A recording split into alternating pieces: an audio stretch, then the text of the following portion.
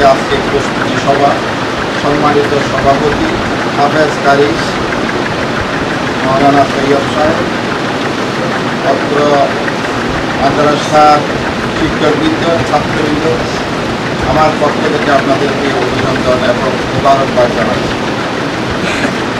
আমরা আজকে আমাদের বড় ভাই থেকে যা আদায়িত বক্তব্য শুনলাম, এটা যদি আমরা আমল করতে পারি তাহলে আমাদের জীবনে অনেক কিছু নিয়ামত নেমে আসবে। আসলে আমরা সব দিকে শিরিকের মধ্যে লিপ্ত থাকি। হয়তো আলেম, হয়তো আমরা আমাম, সবাই এই বাংলাদেশে বিশেষ করে আমরা বেশিরভাগ মানুষ আমরা শিরিকের মধ্যে লিপ্ত আছি। এখান থেকে আমাদেরকে কোরআনের আলোর দিকে আসার জন্য এই কেরাত সম্মেলনের মাধ্যমে কোরআনকে, মনকে তাজা করার জন্য এই সম্মেলনগুলি হচ্ছে। আমরা national employment human rights foundation পক্ষ থেকে হাফেজ তৈয়ব সাহেবকে আমরা ধন্যবাদ জানাই, যেহেতু এই কোরআন আমাদেরকে অনেক অনেক নিয়ামত দান করেছে। কোরআন যাদের কাছে আছে তারা অনেক নিয়ামত ভোগ করতেছে। আলেমেরা সম্মান দুনিয়াতেও আখেরাতেও পাচ্ছে। আলেমদেরকে সম্মান দুনিয়াতেও দিচ্ছে আল্লাহ, আখেরাতেও তাদেরকে নিয়ামত দান করছেন এবং আরও সম্মান বৃদ্ধি করবে।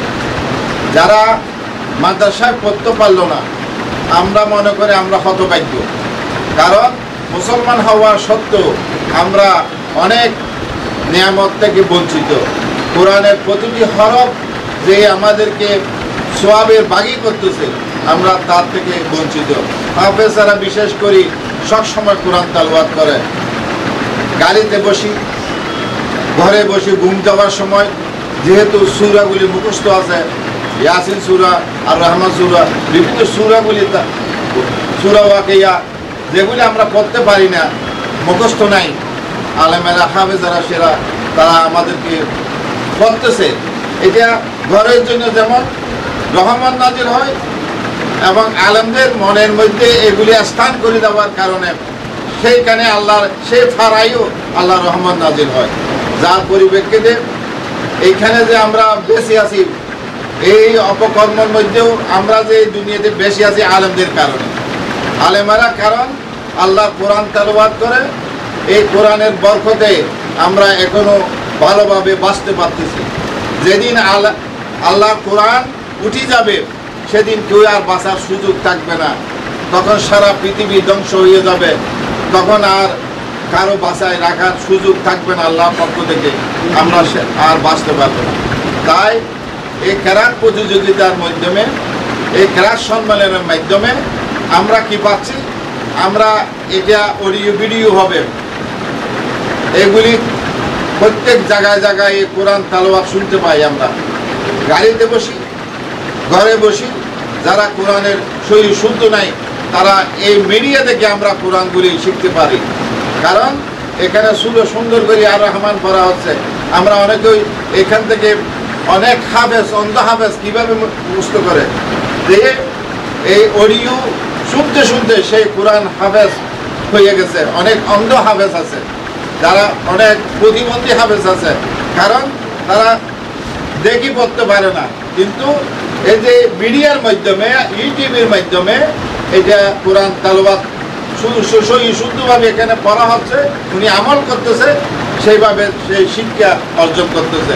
তাহলে তার অন্ত হওয়ার পরও তার প্রতিভা থাকার কারণে সে কোরআন মুখস্থ করতেছে। এটা খুবই সৌভাগ্য ব্যাপার। তাই আমি এই যে কেরাত সম্মেলন হচ্ছে, আমাদেরকে সহযোগিতা করতে হবে। আমিও সহযোগিতা করবো, আপনাদের সহযোগিতা কামনা করতেছি।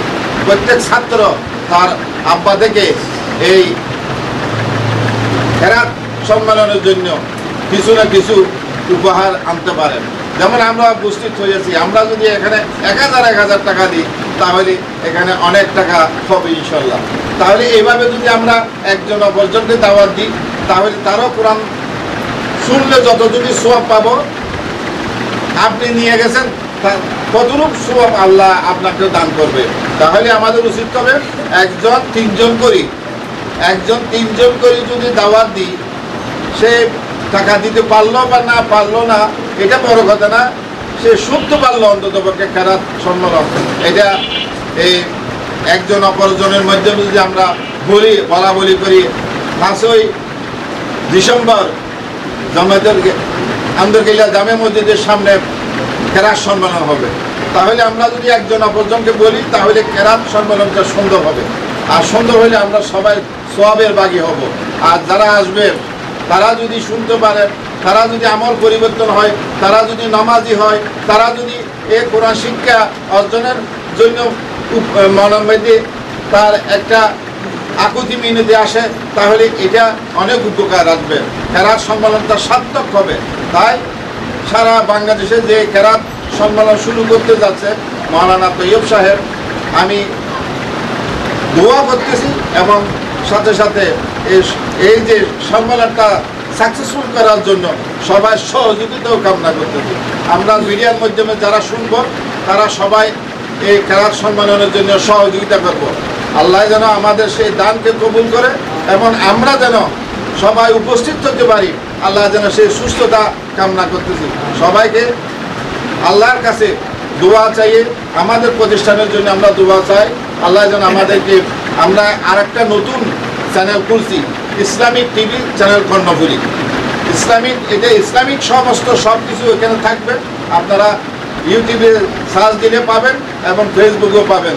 এই চ্যানেলটা শুধুমাত্র এই মাহফিলের জন্য, কেরাত প্রতিযোগিতার জন্য। আর কেউ যদি আমাদের ছাত্ররা কেউ যদি এই যে ইসলামী সঙ্গীত পরিবেশন করতে চায়, আমাদের এখানে সুযোগ দেওয়া হবে। আপনাদের এই সুযোগের কারণে আপনার হয়তো অনেক জায়গায় আপনার একটা স্থান হয়ে যাবে, যার জন্য আপনারাও এখানে যারা কোরআন তেলাওয়াত করতে চান ওখানে আমাদের স্টুডিওতে যাওয়ার পরে এখানে কোরআন তেলাওয়াত করা যাবে। যারা সঙ্গীত করতে চান সঙ্গীত করা যাবে, যারা ইসলামী গান করতে চান তাদেরকেও সুযোগ দেওয়া হবে। আল্লাহ যেন আমাদের সব কিছু এই যে কাজ কর্মকেই আমাদের জন্য কবুল করে, আল্লাহ যেন আমাদের সমস্ত গুনাহ থেকে আল্লাহ আমাদেরকে মুক্ত রাখে। সবাই গুনাহ যেন আল্লাহ মাফ করে দেয় এই কেরাত সম্মেলনের ওসিলায়।